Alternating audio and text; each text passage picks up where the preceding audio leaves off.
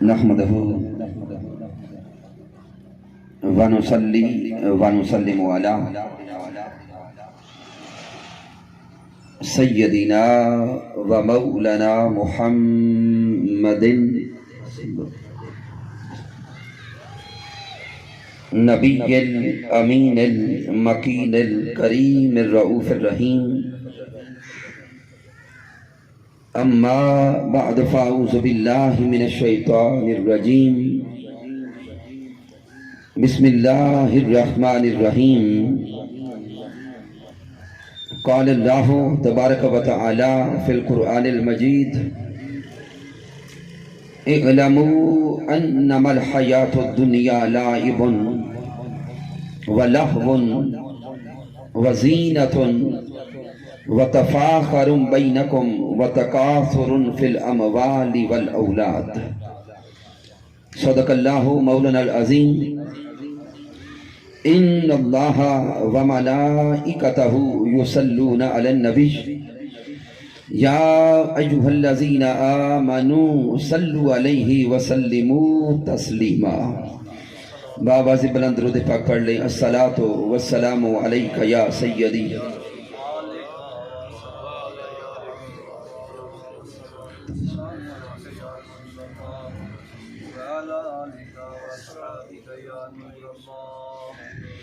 اللہ رب العزت کی توفیق سے اور تاجدار کائنات صلی اللہ علیہ وآلہ وسلم کے نعلین پاک کے تصدق سے ہم جناب محترم میاں غلام سرور صاحب کی والدہ محترمہ کے اصال ثواب کے لیے آج کی اس 10واں شریف کی عظیم اصال ثواب کی محفل پاک میں حاضر ہیں مالک کائنات کی بارگاہ اقدس میں دعا کرتے ہیں کہ رب کائنات اس عظیم ماں کو جنت میں اعلیٰ مقام عطا فرمائے اور آج کی بزم میں موجود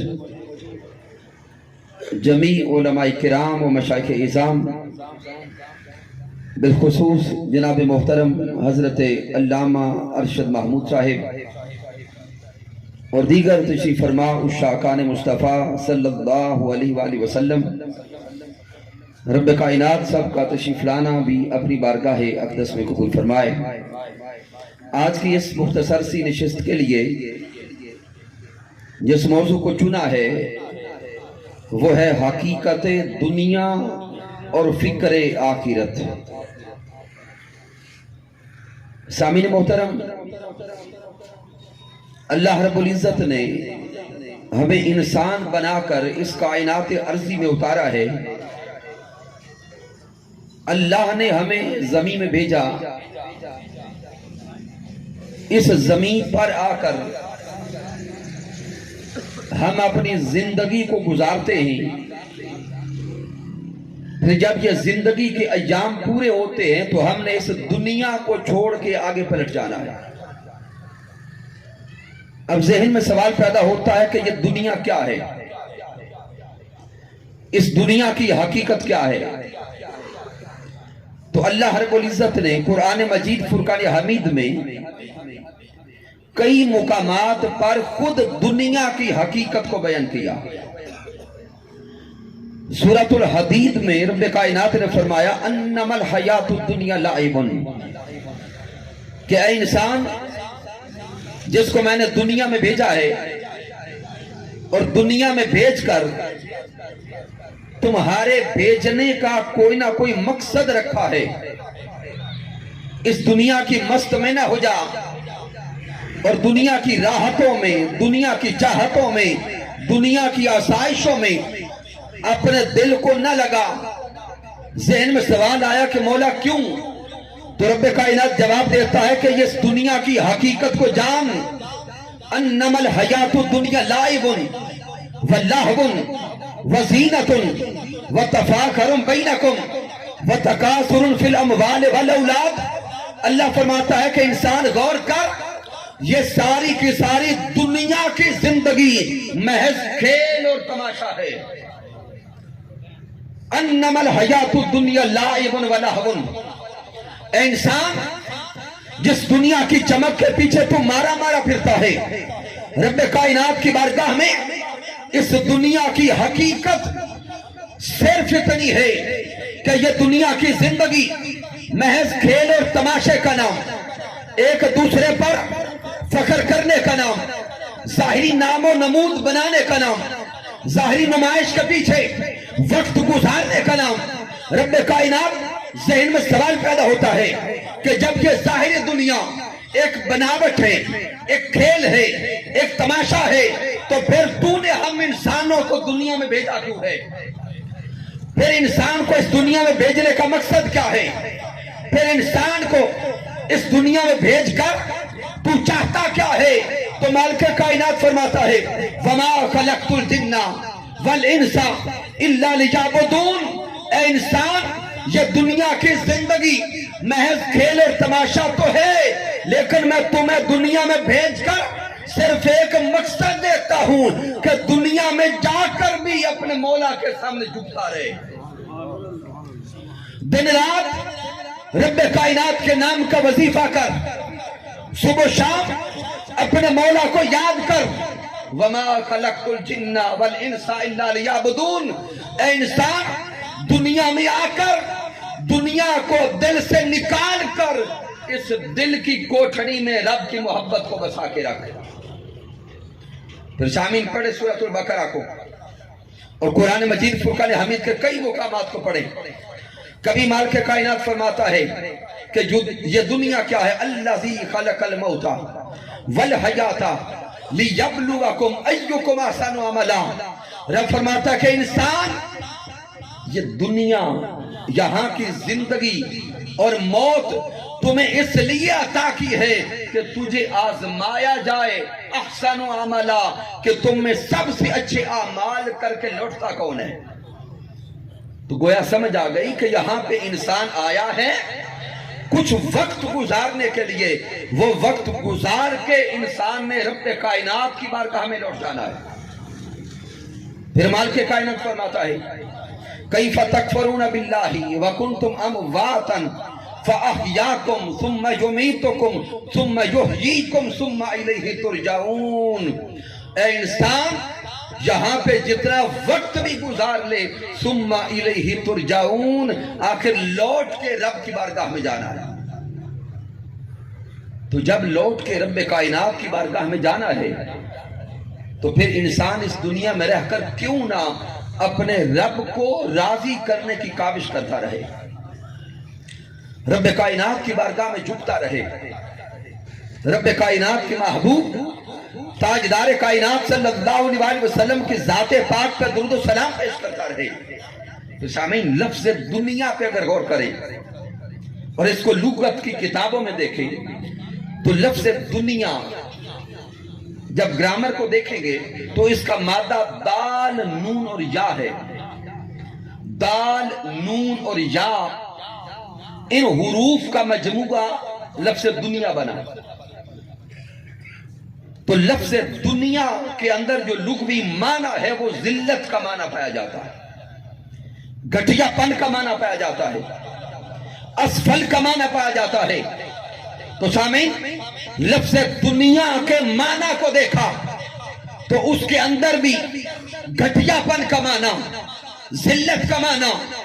اب تصور ملائے کہ انسان اگر کسی اعلیٰ شے سے محبت کرتا ہے تو انسان اعلیٰ ہو جاتا ہے، اور وہی انسان اگر گھٹیا شے سے محبت کرے تو خود گھٹیا ہو جاتا ہے۔ رب کائنات جس دنیا میں ہمیں بھیج رہا ہے یہ مقام اسفل السافلین ہے۔ یہاں سے اگر ہم اعلیٰ مقام چاہتے ہیں تو دنیا میں رہ کر رب کائنات کے ساتھ اپنا تعلق جوڑنے کی کوششیں کرتے رہے۔ پھر آئیے اگر حدیث مبارکہ میں دیکھیں، تاجدار کائنات صلی اللہ علیہ وسلم نے بھی اسی دنیا کی حقیقت کو بیان کیا۔ ایک دن صحابہ کرام آقا علیہ السلام کی بارگاہ میں عرض کرتے ہیں کہ پیارے محبوب، اللہ رب العزت نے آپ کو اپنا محبوب فرمایا ہے، پوری کائنات کی خلقت کا سبب آپ کی ذات، لیکن ظاہری دنیا میں دیکھیں دنیا، مال، جائیداد، اسباب، یہ تو زیادہ کفار کے پاس ہیں. نہ ماننے والوں کے پاس جائیداد اور مال زیادہ ہے. اس کا سبب کیا ہے؟ تو میرے آقا علیہ السلام نے سوال سن لیا. آقا خاموش ہو گئے. محبوب علیہ السلام پھر صحابہ کرام کے ساتھ مسجد نبوی سے باہر نکلے. کسی گاؤں کی طرف راستے میں دیکھا تو ایک مری ہوئی بکری کا بچہ پڑا تھا. مری ہوئی بکری. صحابہ کرام نے کو آقا علیہ السلام نے بلایا. میرے آقا فرماتے ہیں کہ توجہ کرو، تم نے سوال کیا تھا کہ یہ دنیا ظاہر کفار کے پاس زیادہ ہے، سبب کیا ہے؟ میرے آقا فرماتے ہیں اے میرے صحابہ، اگر میرے رب کی نگاہ میں اس پوری کی پوری دنیا کی حقیقت ایک مکھی کے پر کے برابر بھی ہوتی تو مالک کائنات کفار کو اس میں سے کچھ بھی نہ دیتا. پھر آقا فرماتے ہیں کہ میری نگاہ میں اس ساری کی ساری دنیا کی حقیقت اس مری ہوئی بکری کے برابر بھی نہیں ہے. پھر سامعین غور کریں، میرے آقا علیہ السلام صحابہ کرام سے ارشاد فرماتے ہیں کہ صحابہ سنو یہ دنیا کیا ہے. آقا فرماتے ہیں الدنیا سجن المؤمن وراحت الکافر. آقا فرماتے ہیں کہ یہ ظاہری دنیا مومن کے لیے قید خانہ ہے اور کافر کے لیے راحت کا مقام ہے. کافر کی جنت یہ دنیا ہے اور مومن کے لیے یہ دنیا قید خانے کا مقام ہے. اب ذہن میں سوال آتا ہے کہ یہ دنیا مومن کے لیے قید خانہ کیوں ہے؟ تو آئیے اپنی حقیقت پر اور انسان ہونے پر اگر غور کریں تو انسان کو اللہ رب العزت نے دو چیزوں سے بنایا. ایک ہے انسان کا ظاہری جسم اور ایک ہے انسان کی روح. انسان کا ظاہری جسم اس دنیا سے بنا ہے، یعنی آگ، مٹی، ہوا اور پانی، ان چیزوں کا مجموعہ یہ انسان کا ظاہری جسم ہے. اور انسان کی روح جو انسان کے بدن کے اندر موجود ہے وہ رب کائنات کا نور ہے. کبھی وقت وہ تھا کہ عالمی ارواح میں جب انسان موجود تھا وہاں پہ رب کائنات کی محبتوں کے جلوے، اللہ کی عطاؤں کے جلوے، اللہ کی معرفت کے جلوے، اللہ کے قرب کے جلوے تھے. وہاں کبھی تو مولا کی آواز آتی تھی. رب کائنات پوچھتا تھا الستو بربکم، ارے بندے بتا کیا میں تمہارا رب نہیں ہوں؟ اس عالم ارواح میں کبھی اللہ کی صفات کا رنگ نظر آتا، کبھی اللہ کی ذات کا رنگ نظر آتا، کبھی اللہ کے جلووں کا رنگ نظر آتا، کبھی اللہ کی عطاؤں کا رنگ نظر آتا. جب روح اس عالم ارواح سے بچھڑ کر اس انسان کے جسم میں قید ہو کر اس دنیا میں آ گئی، اب یہ روح انسان کو روز پکار پکار کے کہتی ہے کہ انسان لوٹا پھر رب کی بارگاہ میں چلے، لوٹا پھر رب کی معرفت میں چلے، لوٹا پھر مولا کے قرب میں چلے. اور سامعین محترم، اگر کوئی سوچے کہ انسان کی روح کیسے پکارتی ہے تو میں صرف ایک اشارہ دیتا ہوں. سارے احباب اس نقطہ کو یقیناً جانتے بھی ہوں گے، سمجھیں گے. ہم جب رات کو سوتے ہیں اور رات کا پچھلا پہر ہوتا ہے، انسان جتنا بھی تھکا ہارا کیوں نہ ہو، رات کا پچھلا پہر ہوتا ہے، ایک لمحے کے لیے بندے کی آنکھ ضرور کھلتی ہے. چاہے ایک لمحہ ہی ہو، انسان کی آنکھ کھلتی ہے، بندہ جاگتا ہے. یہ الگ بات ہے کہ ہم غافل ہو گئے اور غفلت کی وجہ سے کروٹ بدل کر پھر سو جاتے ہیں. ہم سوچتے نہیں کہ یہ آنکھ کھلی نہیں، کسی نے دل کے دروازے پر دستک دی ہے. یہ آنکھ خود نہیں کھلی، کوئی جگانے والا ہے. جب وہ رات کا پچھلا پہر آتا ہے جس کے بارے میں رب کائنات نے خود فرمایا تھا، اور ایک صوفی باصفا نے اشارہ دیا تھا کہ پچھلی راتی رحمت رب دی کرے بلند آوازاں، رحمت منگن والی کارن کھلا ہے دروازہ۔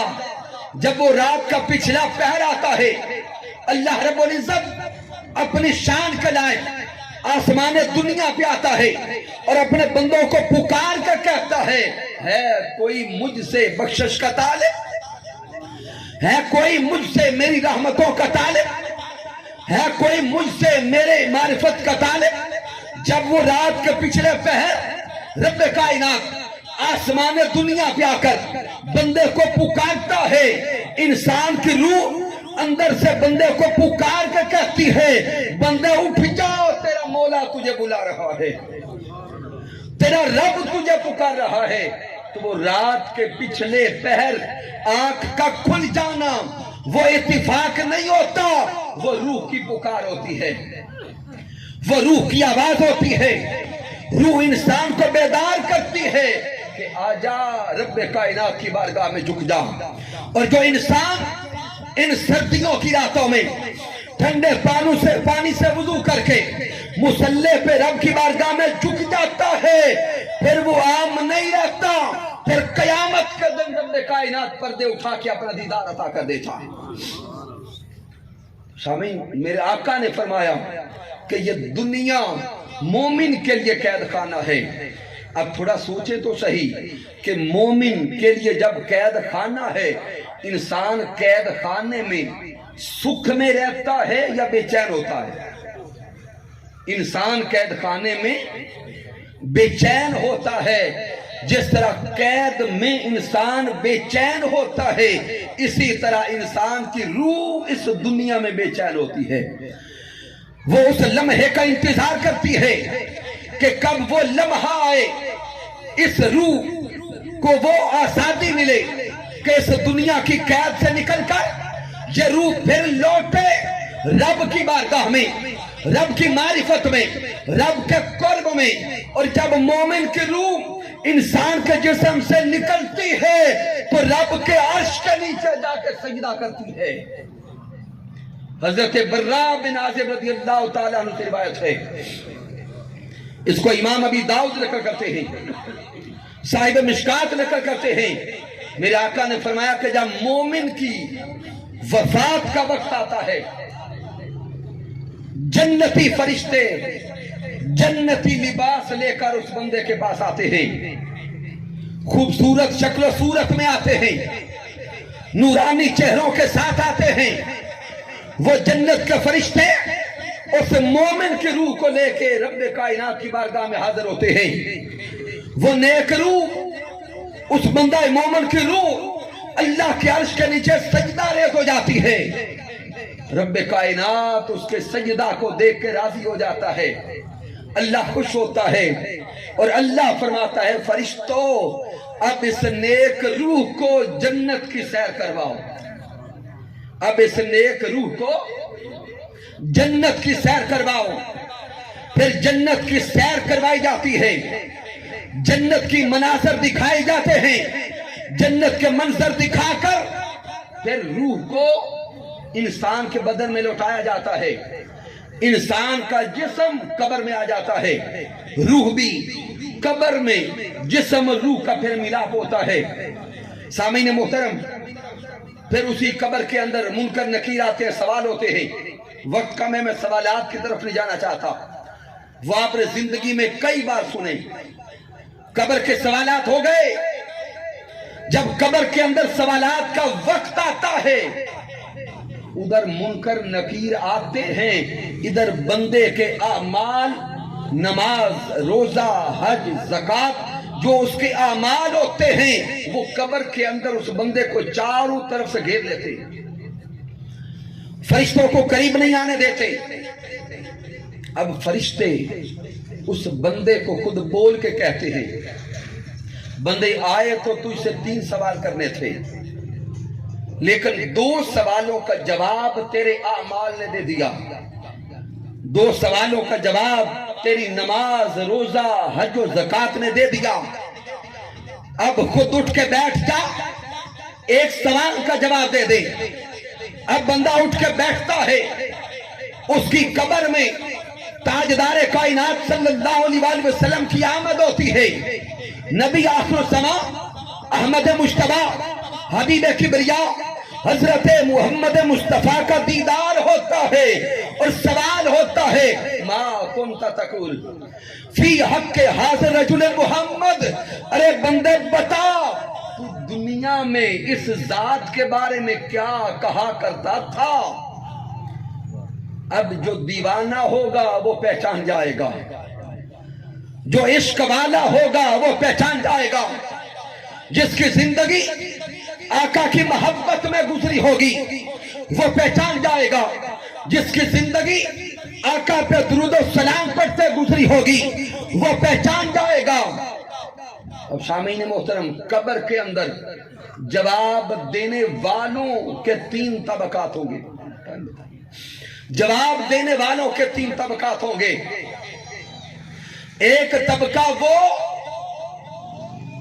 جنہوں نے دنیا میں آقا علیہ السلام کے ساتھ تعلق نہیں جوڑا ہوگا، وہ نہیں پہچان سکیں گے، وہ لا ادری کا جملہ بولیں گے، ہم نہیں جانتے، وہ سیدھا جہنم جائیں گے۔ اب بچ گئے ایمان والے، ایمان والوں کے اندر پھر 2 طبقات نظر آئیں گے۔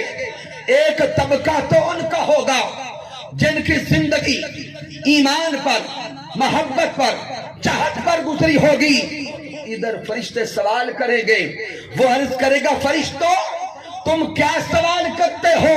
مر کے پہنچاؤں یہاں اس دل ربا کے واسطے، میری تو زندگی کا ایک ایک لمحہ ذات مصطفیٰ کے لیے، میری تو زندگی کا ایک ایک سیکنڈ ذات مصطفیٰ کے لیے، میرا تو حال یہ تھا کہ زندگی کا لمحہ لمحہ محمد محمد پکیندے گزر گئی، محمد محمد پکیندے گزر گئی، احد نال احمد ملیندے گزر گئی، خدا کو نٹھوں سے محمد دے اولے محمد کو دسیندے دکھیندے گزر گئی، اور میں اپنی حیاتی تو قربان تھی ماں، خدا کو محمد محمد فڑیندے گزر گئی۔ نعرہ تکبیر، نعرہ رسالت، نعرہ رسالت، نعرہ تحقیق، نعرہ حیدر۔